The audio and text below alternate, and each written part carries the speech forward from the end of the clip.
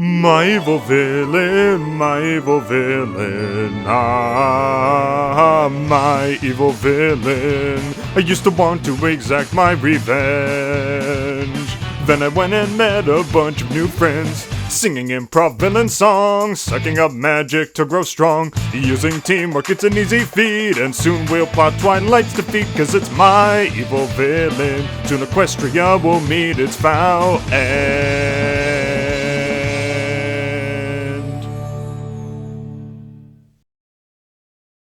I'm Finn the Pony, and it's time for Finn Bits.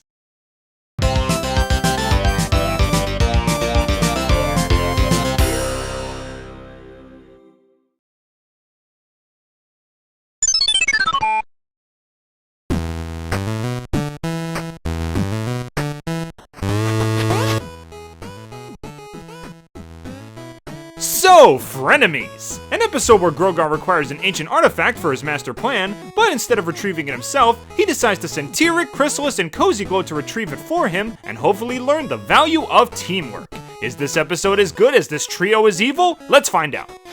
Hey, Grogar, my man! Haven't seen you in a while. After being introduced in the series premiere, we haven't really heard much of anything from our so-called supervillain team in quite a few episodes, and if I'm honest, I'm really glad that's the case.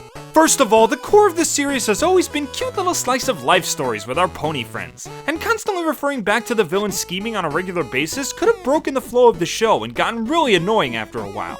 Not to mention that when you refer to the villains as little as possible, it builds mystery and intrigue. Like underneath all this happiness and sugar, there's an oncoming looming threat that's waiting for the perfect moment to be unleashed. And unlike Cozy Glow, where they tried to fool us that she wasn't evil, or the Pony of Shadows, where he was introduced and defeated in the same episode, Grogar and his team are introduced in the premiere and allowed to sit for the whole season, just cooking up an evil scheme. And Frenemies is one of the few episodes where we actually get to check on the food. So, how did things pan out for our Legion of Doom? In my opinion, fantastically. In fact, this might be one of the most entertaining episodes of the whole season, if not the whole series. With Grogar taking so long to formulate his plan, the Mean Three, yes, that's what I'm calling them now, start to get a little restless. Grogar decides that it's time to whip them into shape with a team-building exercise. And that team-building exercise is working together to retrieve his bewitching bell, which was taken by Gusty the Great many years ago and hidden away on Mount Everhoof. I'm not gonna lie, I was confused at first as to why Grogar took so long to find his bell in the first place, considering he has that all-seeing eye orb thing. Maybe the magic shield on top of the mountain was strong enough to keep his eye from detecting it? I don't know. I'd like to know some more about Gusty's powers so I can answer that question. Who knows, maybe Grogar just wasn't looking hard enough.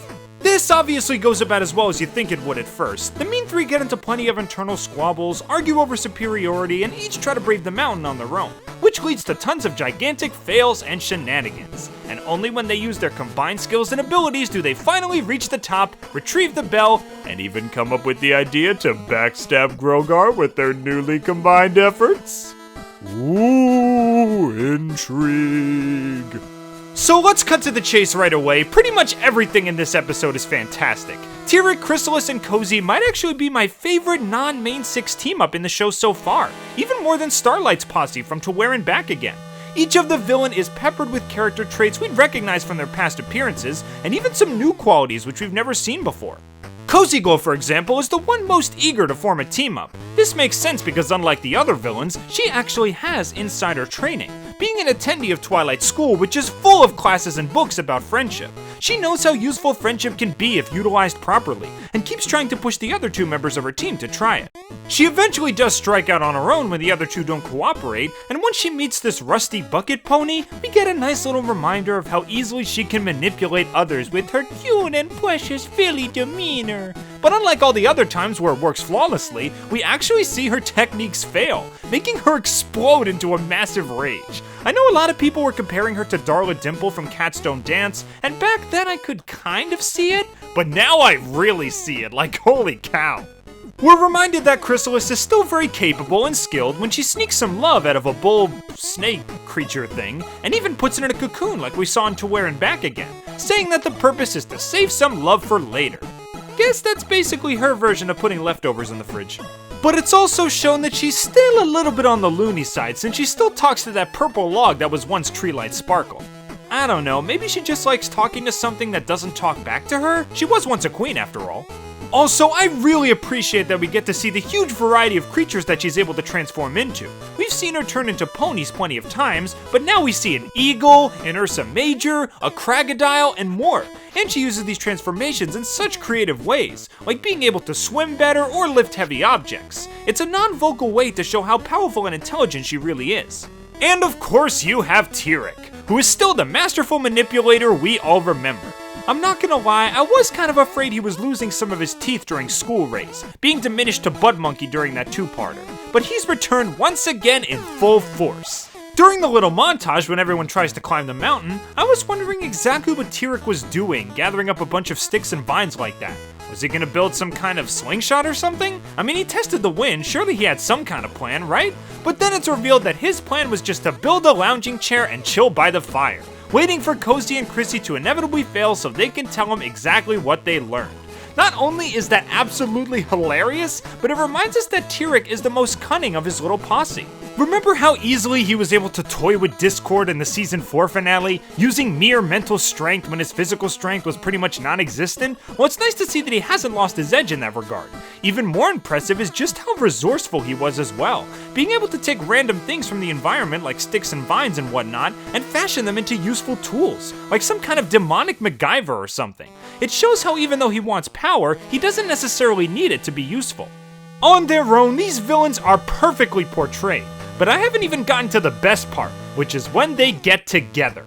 The chemistry between these three is absolutely perfect. We got a small taste in the beginning of the end, but here we really get to see the three of them in full force, getting on each other's nerves in hilarious ways, bonding over the desire to see Twilight and her friends at their mercy, and even singing a much overdue villain song. Yeah, a villain song, remember those things? Despite having such a memorable cast of baddies, very few of them ever sing, which is disappointing.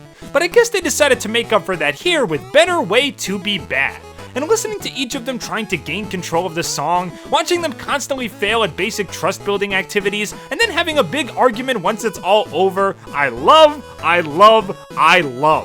thought that Discord and Trixie being a thorn in each other's side was awesome, but this is even better.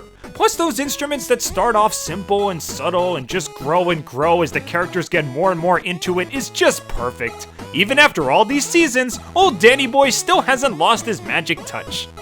And then of course you have the actual story, which works on so many levels. On the surface, it's a fun adventure in a brand new location, sprinkled with bits of lore that serve the plot and don't overpower anything. The dangers of Mount Everhoof are shown perfectly, with each of the villains' failed attempts to try and brave it alone.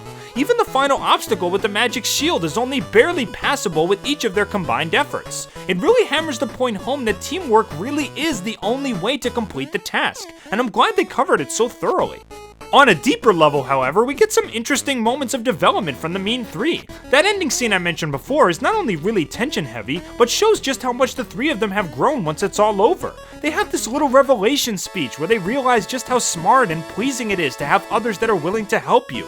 Sure, they try to brush it off with the whole friendship is a disease deal, but you can't fool me. I know the three of you love it. You like friendship, don't you, Squidward? And honestly, if this is the start of a possible redemption for these three, I'd be 100% down for it. Better to have a redemption be built up like this than to have it be shoved in there as quickly as possible. And then of course there's the ending, where they all have plans to secretly take down Grogar as a team.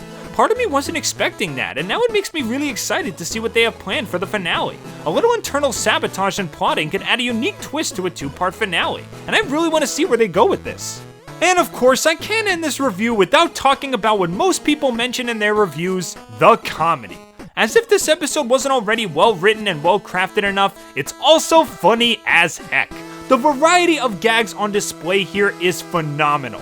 Character gags like Cozy's usual cutesy-wootsy routine being foiled by a copy of Twilight's friendship journal and then her resulting outburst. Visual gags like Tyrek hanging up a poster of his old self while working out, which is what real people trying to get in shape do. Unexpected gags like when creepy-eyed darkness begins to loom behind Chrysalis and she just bares her teeth to scare it away. Perfectly built-up gags like the reveal that Tyrek was just building a beach chair for half the episode instead of even bothering to scale the mountain. And even blink and you'll miss it gags like this little gem.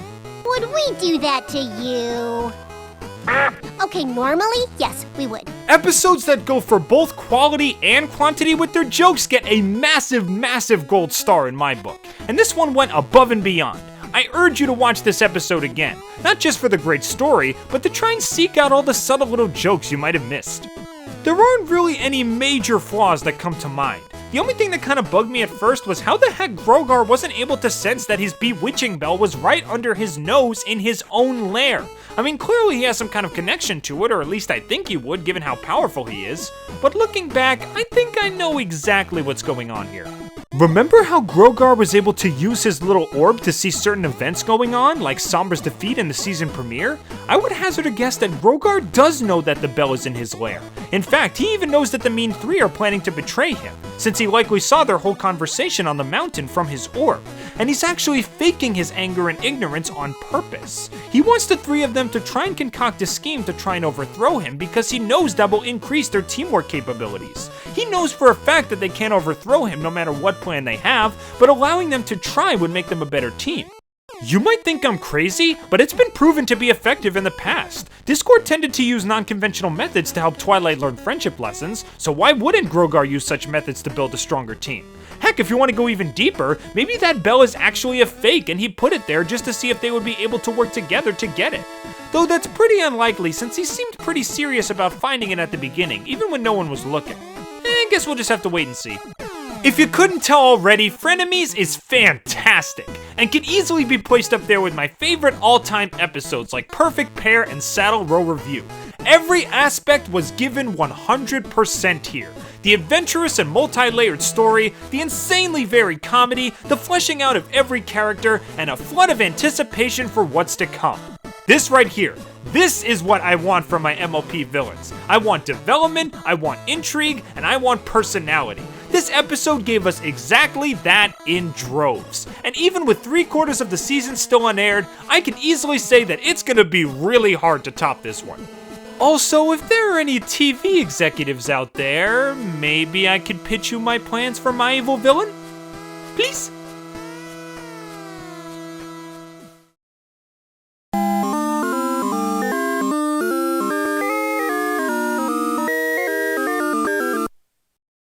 Well, I hope you all enjoyed my quick little playthrough of this episode, and feel free to tell me what you thought of this episode in the comments below. Was Frenemies as much of a series highlight for you as it was for me? What do you think is the funniest episode of MLP? Aside from this one, I also thought Rarity Investigates, Saddle Row Review, Fake It Till You Make It, and Slice of Life were pretty funny, but I'd love to hear what you guys have to say. Thanks for playing along with me. I'm Finn the Pony, and I hope to see you all next time on Finbits.